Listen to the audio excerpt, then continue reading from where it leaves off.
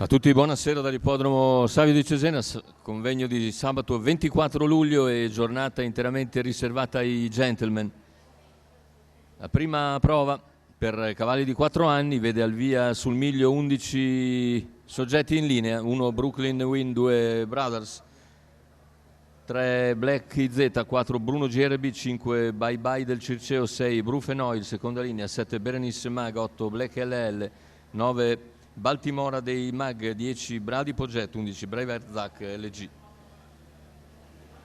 Chiusura Bruno GRB il favorito, sbaglia subito Brufenoil. Numero 6 Brufenoil squalificato. Che in qualche modo involontariamente danneggia anche chi gli partiva dietro, cioè Brave Zac LG, che va subito però deciso ma viene anticipato. Numero 5 Bye Bye del Circeo squalificato. Brothers va all'attacco di Brooklyn Wind che ha conquistato il comando, insiste Brooklyn Wind, si difende, insiste ancora, Brothers si avvantaggia in meno di 400 metri, è il nuovo leader. 29,4 il passaggio al quarto iniziale con Brothers e Matteo Zaccherini dunque che hanno superato Brooklyn Wind, che è uno dei più attesi, mentre per corsie esterne è rimasto Braveheart Zac LG, costretto a percorso scoperto all'esterno, è seguito nell'azione da Brady Poget, mentre viene via Brady Poget dopo un giro di corsa che il leader percorre in 59 secco, c'è quindi andatura. Brady Poget ha raggiunto ora i fianchi di Brooklyn Wind. Il vantaggio è sempre Brothers che si è completato intanto un primo chilometro nell'ordine dell'1,14 appena abbondante. Il vantaggio Brothers, insiste Brady Poget all'esterno, Brooklyn Wind lungo la corda.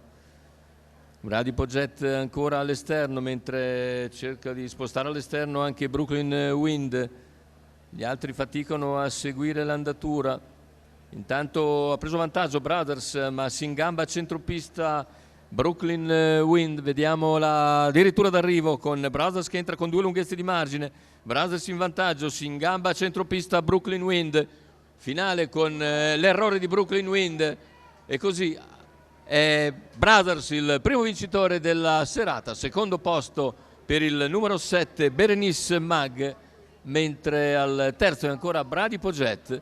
Nel momento del maggiore sforzo l'errore di Brooklyn Wind che cercava di impensierire Brothers, che vince ancora comunque piuttosto agevolmente nei confronti di Berenice Mag, che sfrutta bene i varchi interni, conquista la seconda moneta, mentre al terzo finisce il generoso Brady Poget. La vittoria a sorpresa per Brothers, Matteo Zaccherini in sediolo per il training di Pietro De Muru.